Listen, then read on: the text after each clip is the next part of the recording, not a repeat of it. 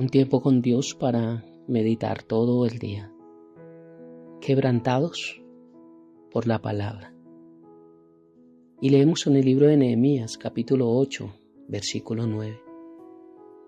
Y dice la palabra de Dios: y Nehemías el gobernador, y el sacerdote Esdras, escriba, y los levitas que hacían entender al pueblo, dijeron a todo el pueblo: Día santo es a el Señor nuestro Dios.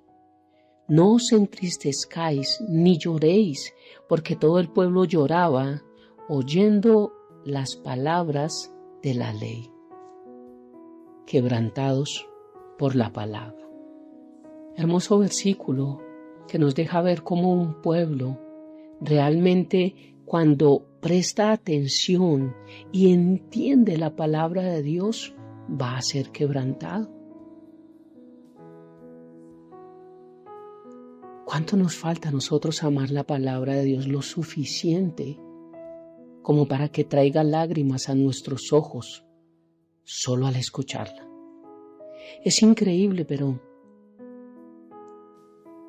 a través de predicaciones, por experiencia propia, he visto pocos corazones quebrantados a través de la iglesia local. Pero cuando tenemos un tiempo a solas, donde hemos tenido conferencias con mi esposa, con parejas o con personas solas que vienen hasta nuestra casa, que nosotros podemos ir a sus casas a hablarles del Señor, a llevarles lo verdaderamente importante que es la palabra de Dios, se quebrantan, lloran.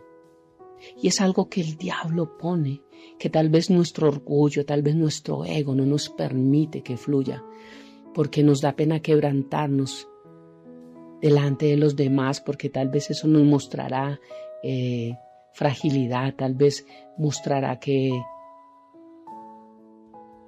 nos vamos a ver totalmente diferentes, no sé yo qué tantas cosas, pero el quebrantarnos por la palabra cuesta a muchos en nuestra iglesia local.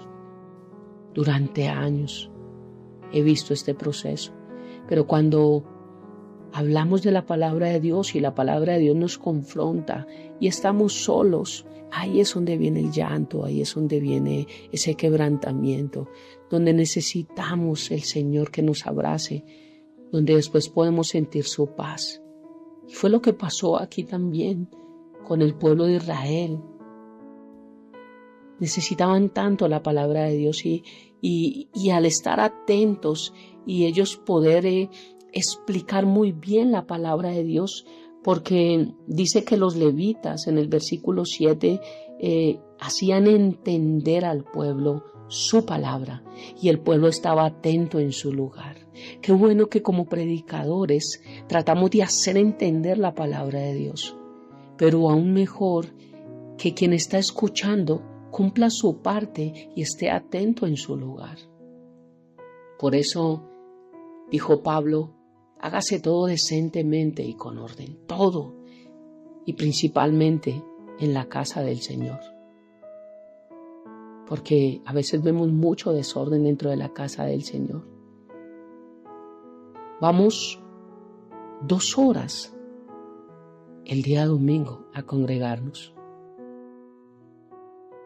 2 horas de 168 horas que tenemos a la semana.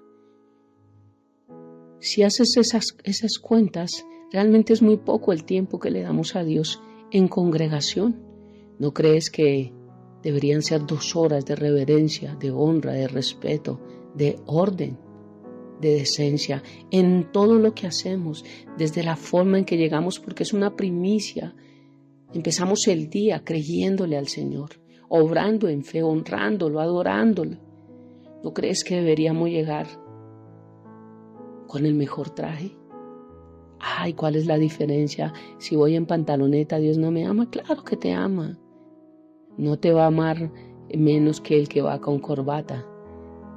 No depende de lo que Dios haga hacia ti, depende de lo que tú haces hacia Dios. Es la forma en la que yo me presento lo que hace la diferencia. No porque Dios me ame más o me ame menos, pero sí en la forma en que yo le demuestro a Dios cuánto le amo. Entonces para mí sí hay diferencia en la forma en que yo me puedo presentar.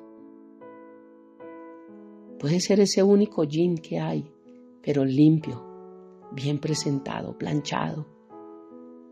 Quiero darme a entender que todo lo que hacemos en nuestra casa de oración debe ser un culto racional, como dice Romanos 12, una verdadera adoración espiritual que ofrecemos al Señor con nuestra vida.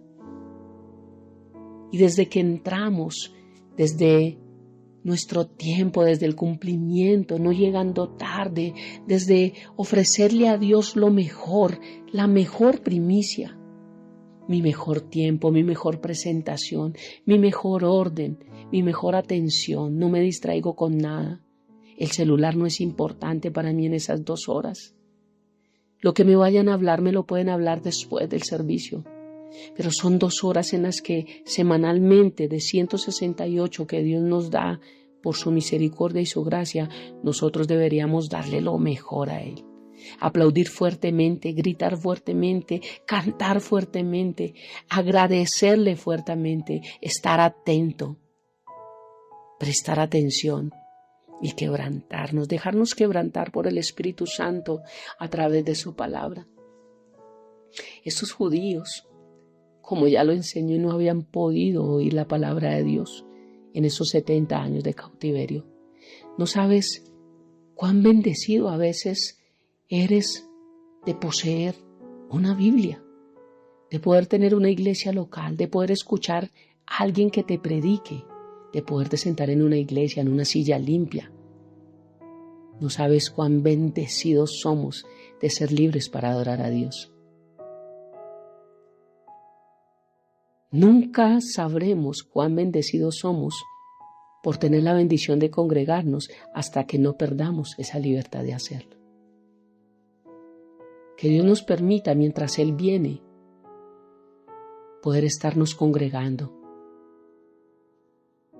Porque sé que llegará el día muy pronto en la persecución y nos damos cuenta cómo estamos siendo perseguidos, cómo se están borrando de redes.